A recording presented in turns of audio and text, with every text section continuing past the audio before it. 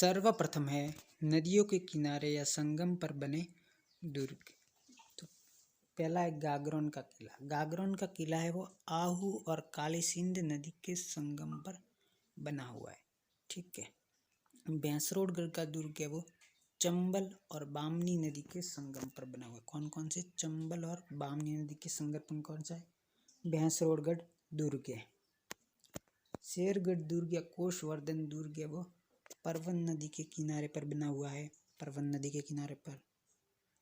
चित्तौड़गढ़ का दुर्ग है वह गंभीरी और बेड़च नदी के संगम पर बना हुआ है। ठीक है। गंभीरी और बेड़च नदी के संगम स्थल के निकट पहाड़ी पर। मनोहर थाना दुर्ग है वह परवन और काली खाड़ी नदियों के संगम पर बना हुआ है। और गढ़ पैलेस, कोटा का जो गढ़ पैलेस दुर्ग है वह चंबल नदी के किनारे बना हुआ है। अब है नदियों के निकट स्थित अभ्यारण्य। कौन कौन से अभ्यारण्य है जो नदियों के निकट स्थित है? तो पहला है राष्ट्रीय चंबल घड़ियाल अभ्यारण्य। ये है वो चंबल नदी के किनारे है। जवाहर सागर अभ्यारण्य वो चंबल नदी के किनारे है। और शेरगढ़ अभ्यारण्य वो परवन नदी के किनारे है।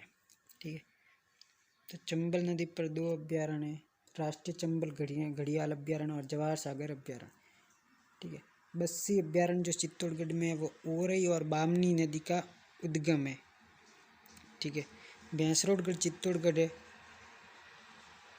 भैंसरोडगढ़ चित्तौड़गढ़ व चंबल और बामनी नदी के संगम पर स्थित है।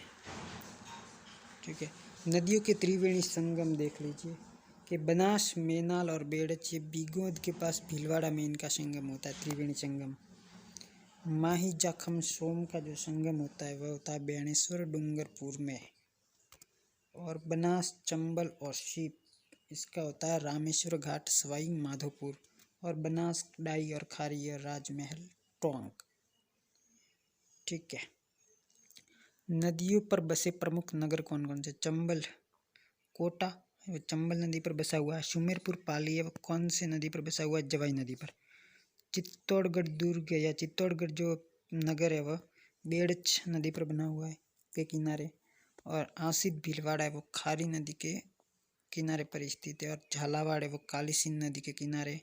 और डीसा गुजरात ये पश्चिमी बनास के संगम पर। और बालोतरा बाड़मेर है लूणी नदी के संगम किनारे बना हुआ है। और गांधीनगर गुजरात ये साबरमती नगरी के किनारे है। ठीक है।